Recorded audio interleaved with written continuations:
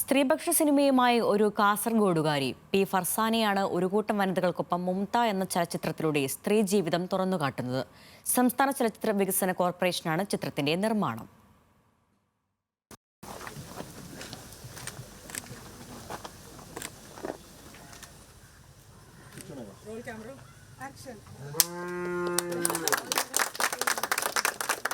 കാസർഗോഡിന്റെ പശ്ചാത്തലത്തിൽ ഉമ്മയുടെയും മകളുടെയും സംഘർഷഭരിതമായ ജീവിതകഥയാണ് മുംത എന്ന ചിത്രത്തിലൂടെ സംവിധായിക ഫർസാന പറയുന്നത്.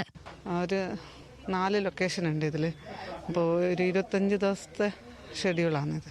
ഇത് ഒരു ഷെഡ്യൂളുടെ ബേള, പിന്നെ പുത്രക്കള പള്ളി, പിന്നെ പുത്തൂർ എന്ന് പറഞ്ഞ സ്ഥലത്ത് ഒരു ലൊക്കേഷൻ ഉണ്ട്. പിന്നെ മെയിൻ ലൊക്കേഷൻ പുത്രക്കള, ഒരു വരണ്ട ഒരു കാലാവസ്ഥ, വരണ്ട ഒരു കാറ്റെല്ലാം ഉള്ള ഒരു പ്രദേശമാണ് ഈ പുത്രക്കള.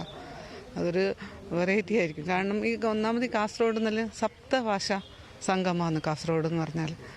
അപ്പോൾ എല്ലാ ഒരു ലാംഗ്വേജും ഇതിൽ കൊണ്ടുവരണമെന്നുള്ള ഇതിലാണിത്. കാസർഗോഡിന്റെ നാടൻ ശീലുകളും കലാരൂപങ്ങളും അരങ്ങിലെത്തിക്കുന്ന സിനിമയിലെ പ്രധാന സാങ്കേതിക വിദഗ്ധരെല്ലാം വനിതകളാണെന്നതും സിനിമയുടെ പ്രത്യേകതയാണ്.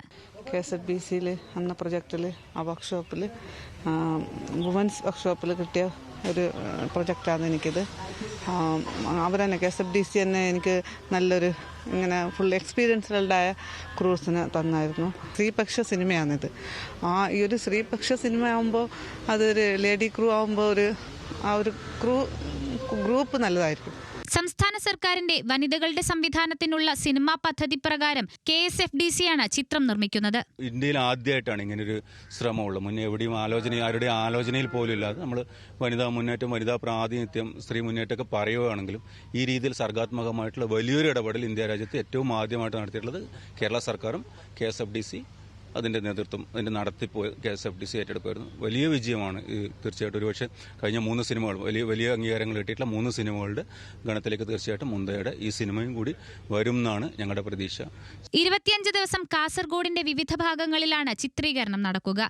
ജില്ലയുടെ ഭംഗി പ്രേക്ഷകർക്ക് മുന്നിൽ എത്തിക്കുക കൂടിയാണ് സിനിമയിലൂടെ സംവിധായക ലക്ഷ്യമിടുന്നത്. ന്യൂസ് മലയാളം, കാസർഗോഡ്.